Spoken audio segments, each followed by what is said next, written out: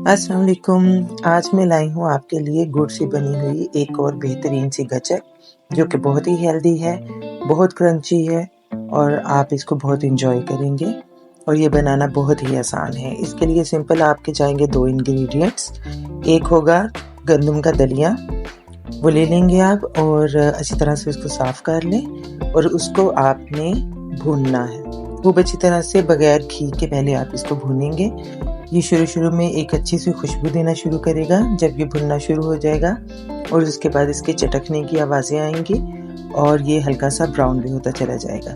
जब ये हल्का सा ब्राउन हो जाए तो थोड़ा सा घी आपने डालना है और इसको फिर से भूनना है। तो आपने बहुत ज़्यादा भी नहीं भूनना कि इसका रंग बिल्कुल ही डार्क हो जाए, लाइट ब्राउन सा इसका कलर आना चाहिए। तो ये आपका जो दलिया है वो भून के तैयार हो जाएगा।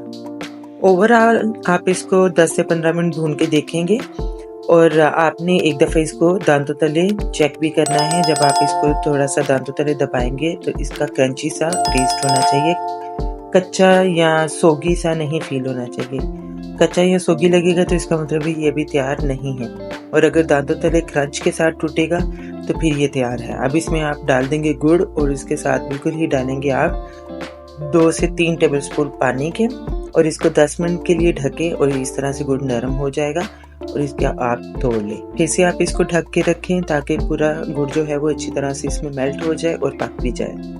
ज़्यादा देर के लिए मत छोड़िएगा वरना ये नीचे जल जाएगा। आपको इसके पास ही रहना है और इसको फिर से अच्छी तरह से मिक्स करें, क्योंकि इसमें ना तो पानी ज़्यादा है ना ही घी है, तो ये इसके जलने का इम्कान ज़्यादा होता है।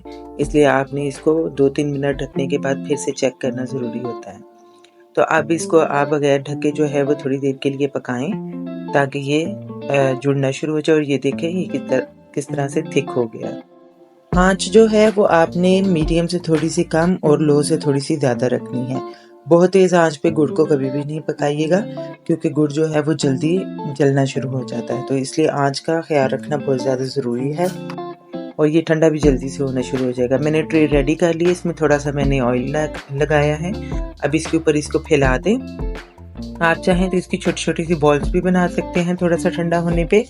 मैंने इसको फ्लैट करके जो है वो स्लाइस की शक्ल में दिया है। तो आप इसको रखें, ये 10 मिनट के अंदर फ़ौरन ठंडा हो जाएगा। उसके बाद आप इसको तोड़ लें और आपका बेहतरीन सा मीठा तैयार है। होपफुली आप इसको एंजॉय करेंगे। आप बना के देखें और कमेंट ज़रूर करें। Take care, enjoy.